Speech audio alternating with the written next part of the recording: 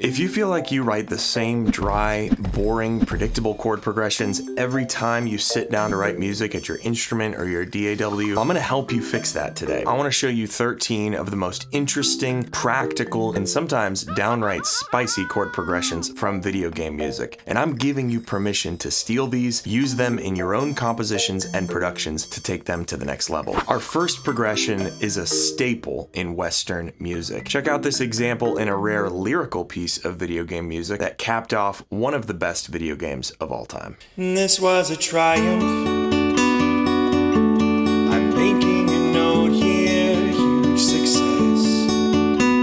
It's hard to overstate my satisfaction. The 251 is really the Swiss Army knife of harmony. It can help you modulate to other keys, and it can take a really vanilla chord progression and make it interesting. So instead of this, we might have something like this.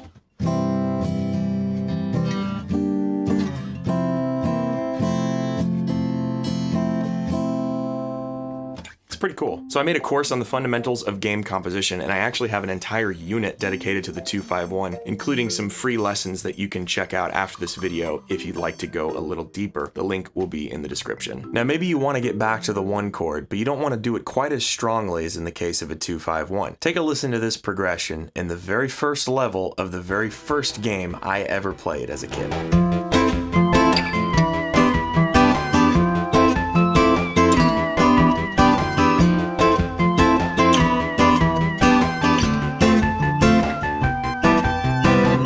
Progression is called the victory progression, or simply the victory theme.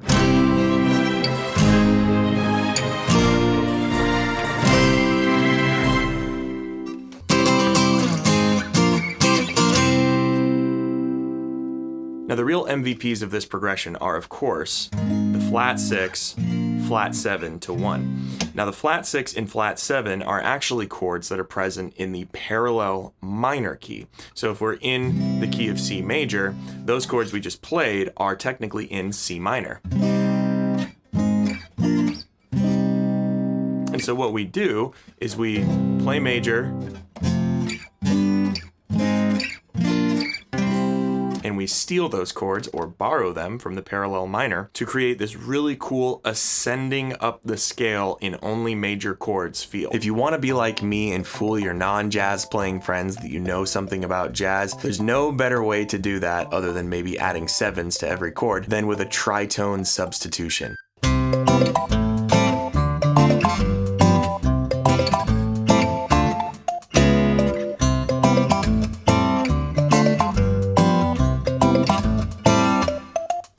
Now really the tritone substitution is just a 251 progression, except rather than playing the 5 chord, you actually play a chord, a tritone, away from the 5 chord. So the bass goes, rather than, it can go instant jazz. Now before we go to the next progression, I just want to ask, if you like this kind of content, I would love for you to subscribe to the channel, hit like on this video. It really helps me out. It incentivizes me to make more videos. It's fast, it's free, so thank you so much for that. This next progression was written by one of the very first guys to put neo-soul chords in a video game and make a water level halfway bearable.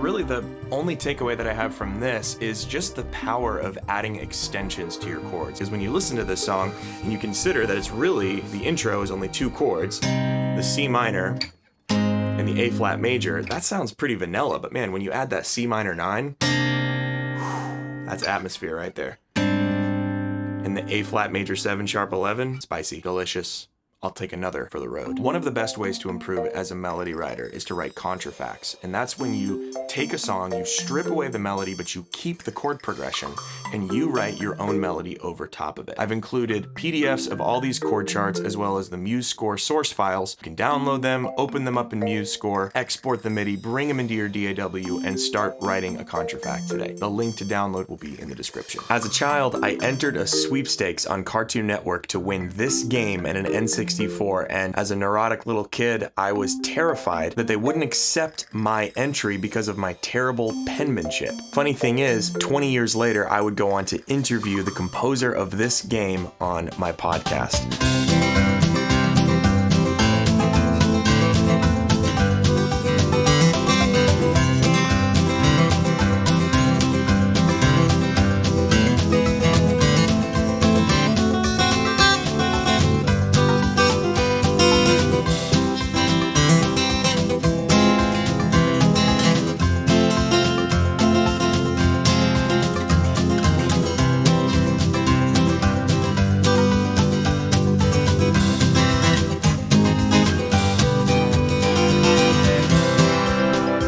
Progression is, first of all, delightful, but it's also chock full of really interesting little moves that you can steal and implement in your own compositions. The first of which is this fun little thing that Grant does where he starts on the 1 chord here.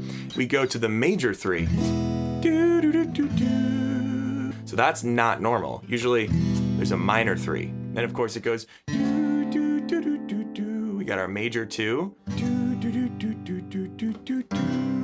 For those of you paying attention at home, what was that? What was that? That's right, that's a 2-5-1 right there. I'm telling you, you're gonna see it everywhere. So then after that, he goes to this really cool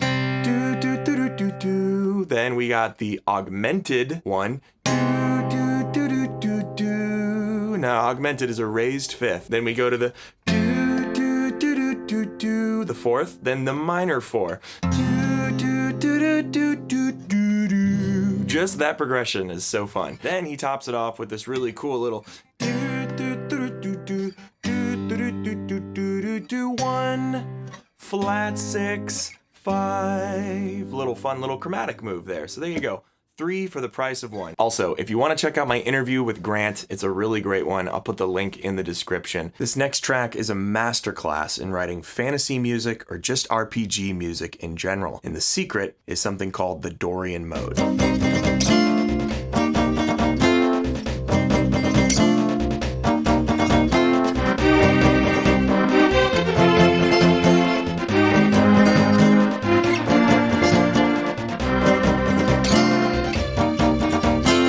The Dorian mode is basically a minor scale, except rather than this flat 6, 1, 2, 3, 4, 5, 6, play a natural 6. So it's So it basically gives it like a tinge of hope. It's a less melodramatic minor scale.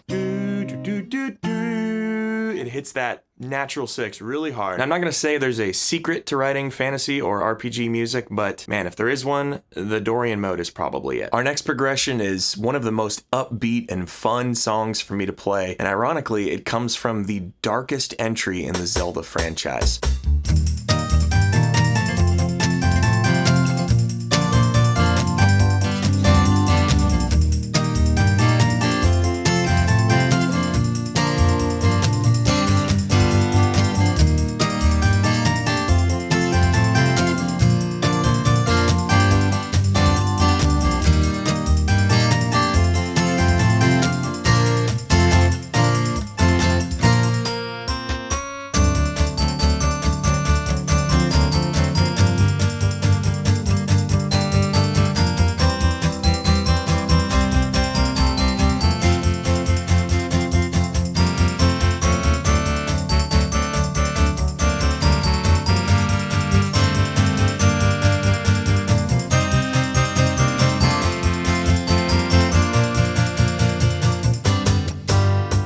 Starts on the 4 chord, which in itself is unusual. 4 do do do do, 5 do do do do do, 1 do do do do. But then we might expect the 6 chord like that, the minor 6. It's a very strong minor chord. It's the relative minor. But instead he goes major 6. Then he adds the dominant there.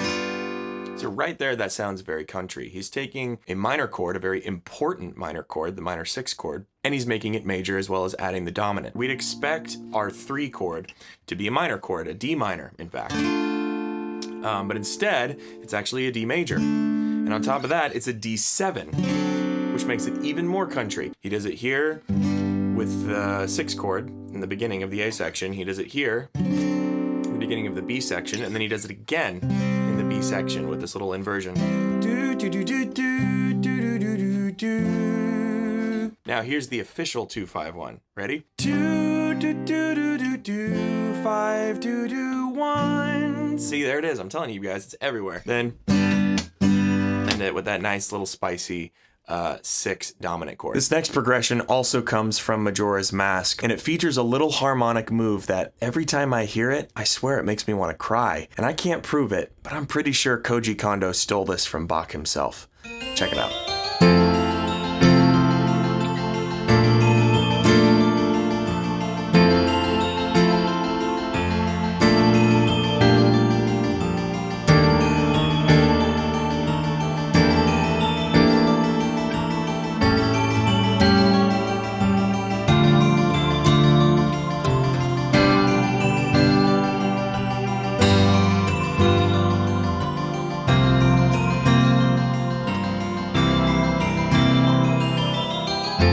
He's going E flat major 7, E minor 7 flat 5, 2, 5, 1. So that's your minor 2-5-1. This is where things get delicious. So he takes this D minor and he walks it down to the C there. D, C, and he does this move here. Now this is the one that's straight from Bach. Okay, so we're playing a G chord, which is a major 2 chord, with a flat 5 in the bass. And it's coming from this chord here. So it's basically, when you hear it all together, is...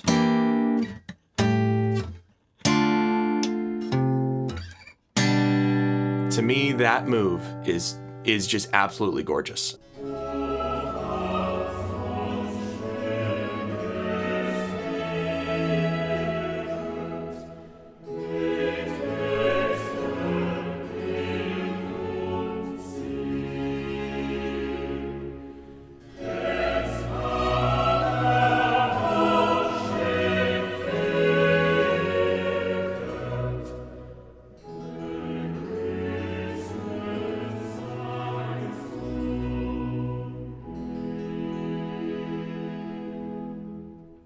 Our next progression comes from a song that's incredibly calm and sweet and pastoral, yet it has some deceptively exotic chords. Check it out.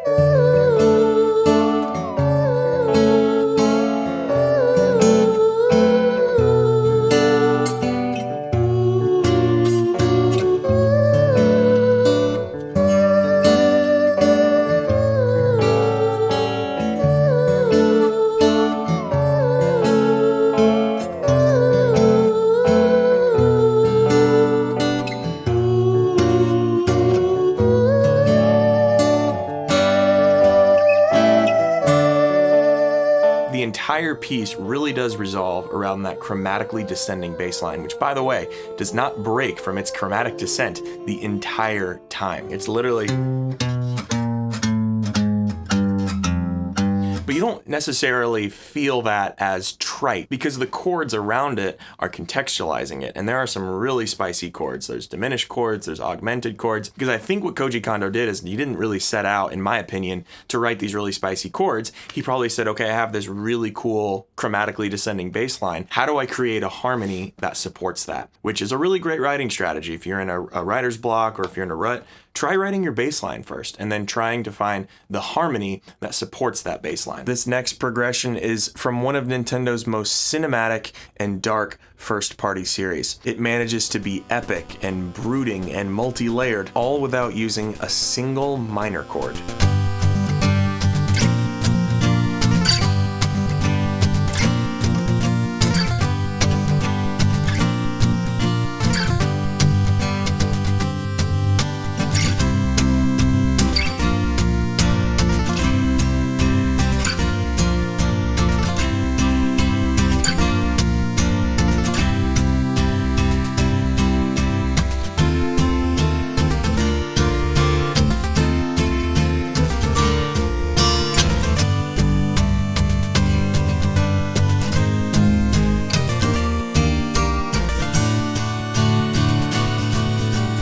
said, this progression doesn't use a single minor chord. It kind of sounds solemn, epic, with a little bit of sort of dark, mysterious undertones. And that's, I believe, because of one fundamental chord movement in this piece, which is very common in film scores and in rock and roll. That is the chromatic mediant.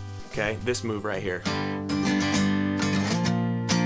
So a mediant simply means 3. It's the 3rd degree in a scale. So 1, 2, 3. The diatonic mediant of G major would be B minor. However, the chromatic mediant, that is the mediant that's outside of the scale, could be either B flat major or B flat minor. It tends to usually be B flat major, especially in film scores and rock and roll. I mean, you can almost hear like an electric guitar just like...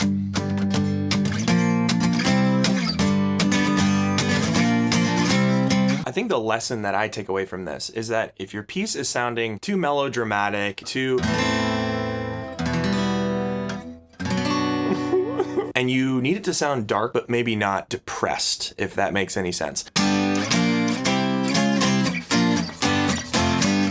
We gotta move on. I remember jamming on this next song at a VGM conference, and the band legit played it for like 10 minutes straight, and the only instrument that I had to play was the tambourine, and I almost got tendinitis, but it was absolutely worth it.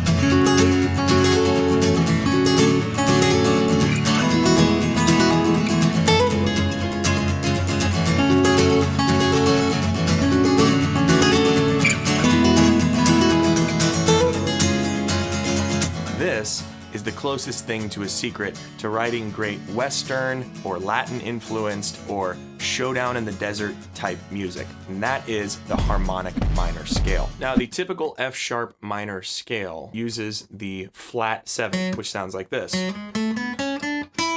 There's that flat 7. However, if we raise that to a natural 7, such as in the case of the harmonic minor scale, right there, it sounds quite a bit different.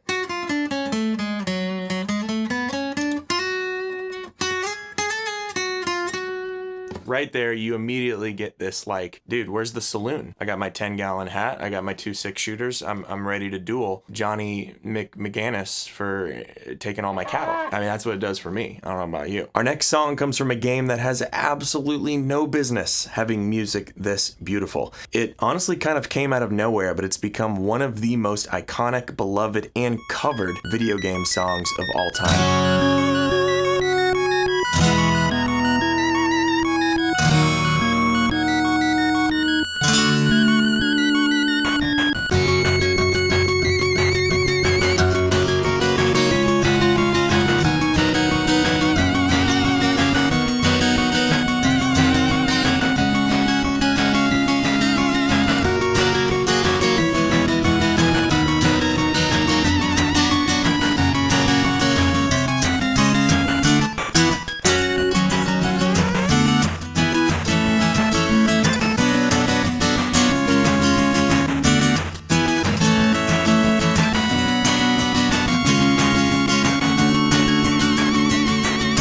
One of the things I love about this tune is its judicious use of slash chords. All a slash chord is basically a normal chord with an instruction on what to play in the bass. This is especially helpful for facilitating interesting bass motion independent of the chords that are being played, kind of like what we saw in Lon Lon Ranch. And one of the most just really practical things you can take away from this progression is passing diminished chords. Now, passing diminished chord is really, really easy to do, but it's a lot easier to show you on piano. So why don't we head over there? Okay, so DuckTales isn't in the key of C, but to best illustrate this, let's just take a simple key like the key of C. Now, let's say we want to go from the C to the D minor. We can do that. That's a pretty straight move. But if you use a passing diminished chord, what you can do is basically just take your thumb, if it's playing the root, and move it up a half step. So you're going. Now you have a C sharp diminished chord, and you can go to a D minor. You can also do it on the 4 chord, going to the 5 chord. And it just adds a nice, cool passing motion. Now, for the astute among you, you'll notice that a C sharp diminished chord is basically the top part of an A7 chord, which resolves nicely to the D chord. So it all makes sense, and that's pretty much it. So just remember, good artists borrow, Great artist steal. So if you feel like you're in a rut or you have writer's block, the answer might be to just up your thievery game.